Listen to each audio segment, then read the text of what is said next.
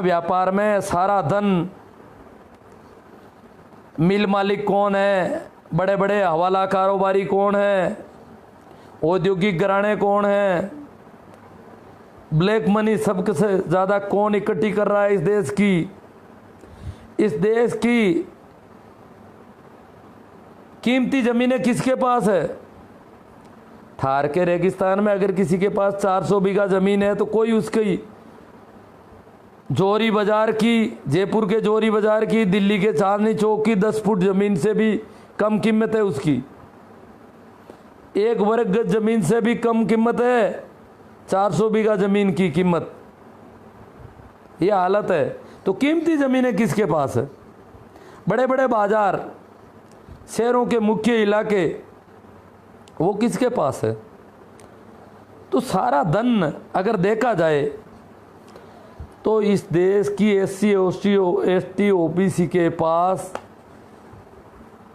स्थायी संपत्ति के हिसाब से देखा जाए तो 2-5% से ज़्यादा संपत्ति नहीं है। हाँ, करंट संपत्ति जो लोग अधिकारी कर्मचारी लग गए, कुछ और हो गए, वो थोड़ी हो गई। मैं जयपुर में एक मीटिंग में गया था। मैं एक किस्सा सुनाता हूँ आपको। कुछ लोगों ने वहाँ एक आयोजन रखा, हमारे व्हाट्सएप ग्रुप था, तो जाट जाति का एक आयोजन था और उसमें मुझे उन्होंने इनवाइट किया। मैं गया तो वो एक बहुत बड़ा होटल था, महादेव होटल, वहाँ पर आयोजन था। आयोजकों ने बताया कि महादेव होटल ने हमें फ्री सुविधा दी है सारी यहाँ आयोजन करने की। मैंने कहा ये महादेव होटल है किसका, तो बोले जाटों का। मैंने कहा ये कैसे हो गया जाटों का होटल। जाटों के पास इतनी बड़ी संपत्ति कैसे हो सकती है, ये बहुत बड़ा सवाल है। हो नहीं सकती, क्योंकि अगर जाट कितना ही बड़ा अधिकारी हो गया तो इतनी बड़ी संपत्ति नहीं इकट्ठी कर सकता। छोटा मोटा कारखाना लगा लिया तो कारखाने के लिए जो धन है, उनके पूर्वजों के पास धन नहीं था, तो एकदम से धन कहीं भी दिखाई देगा। अगर एक साथ 10 करोड़ 20 करोड़ कई रुपए दिखाई देंगे तो वो तो पैसा एक नंबर का नहीं हो सकता। एक नंबर का पैसा जाट के पास कैसे आ गया। भरतपुर दौलपुर का जाट है क्या, कोई राजघराने का जाट है क्या, नहीं, जयपुर के पास का जाट है। वो कह रहे कि इसकी ज़मीन सेज में चली गई थी। स्पेशल औद्योगिक जो विशेष जोन था, स्पेशल इंडस्ट्री जोन, उसमें चली गई थी और इसलिए इनको करोड़ों रुपए एक नंबर के मिल गए। उनसे इन्होंने ये होटल खड़ी कर दी। तो मेरा अचंभा तब जाके पूरा हुआ कि ये जो राजस्थान में खेती करने वालों को उनके खेत जिन लोगों ने दिलवाए थे, उनकी वजह से इनके पास थोड़ी बहुत संपत्ति हुई है। वो खेत जो शहरों के पास कीमती ज़मीनें हो गई, उसकी वजह से। हाँ, जोधपुर में बड़ी बड़ी ज़मीनें किसके पास है। कहीं भी जाओ आप बड़े शहरों में, जोधपुर क्यों, आप नागौर में चले जाओ, छोटे छोटे कस्बों में चले जाओ, गांव में चले जाओ। गांव में भी, गांव का जो मुख्य इलाका है, जो चौपाल और गवाड़ वगैरह जो मुख्य इलाका, वो किसके पास है।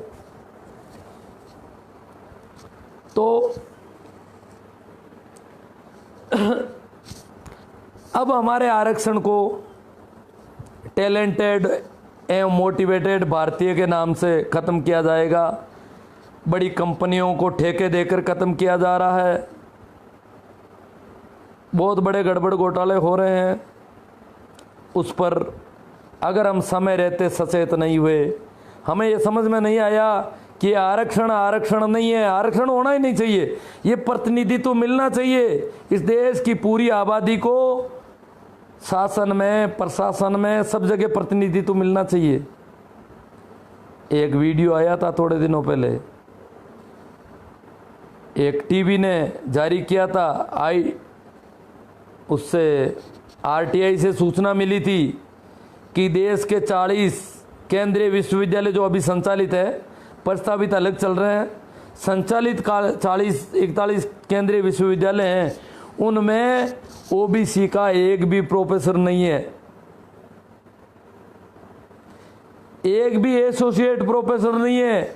सभी 40 केंद्रीय विश्वविद्यालय इस देश के सबसे बड़े विश्वविद्यालय है, जहां से सारी सत्ता निकलती है।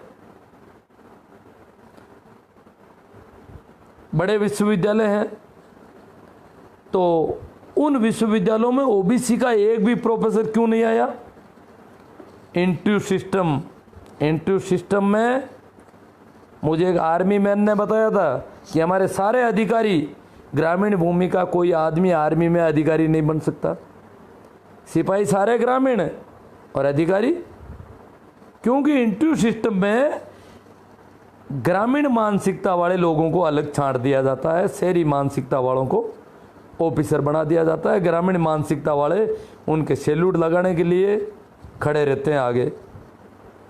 तो इसी प्रकार सभी केंद्रीय विश्वविद्यालयों के हजारों प्रोफेसरों में एक भी ओबीसी एससी एसटी का, ओबीसी का नहीं, एससी एसटी तो आरक्षण की वजह से प्रमोशन में आरक्षण है एससी एसटी के।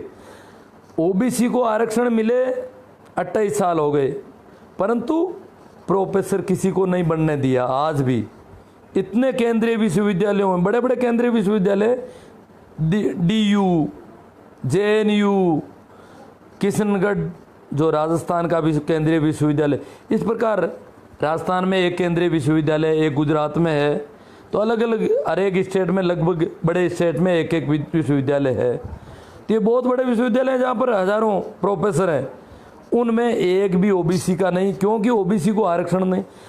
तो मैं क्या है कि उन्हीं दिनों एक प्रोफेसर से मेरा मिलना हुआ, एक मीटिंग थी हमारी, उसमें वो प्रोफेसर भाषण दे रहे थे किसानों के पक्ष में।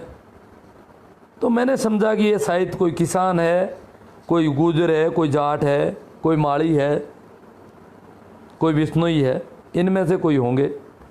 तो वो किसानों के साथ जो दुर्व्यवहार हो रहा है इस देश पे, उस पर उस काफ़ी बोले, सामाजिक शोषण, राजनीतिक शोषण।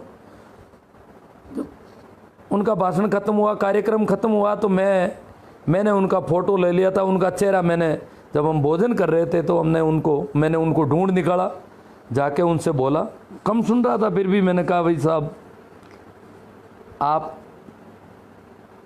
वो भाषण दिया था क्या? हाँ।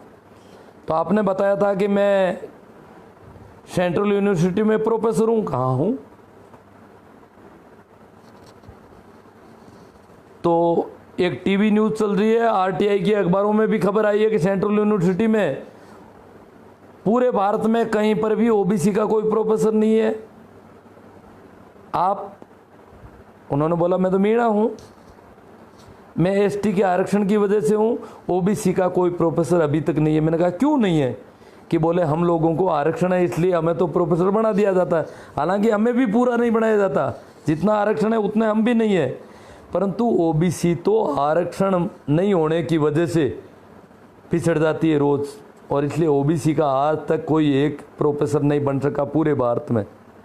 जिसकी 60% आबादी है, पूरे भारत में प्रोफेसर बनने जाए योग्यता का लड़का ओबीसी के किसी परिवार में आज तक जन्म ही नहीं लिया इस देश में।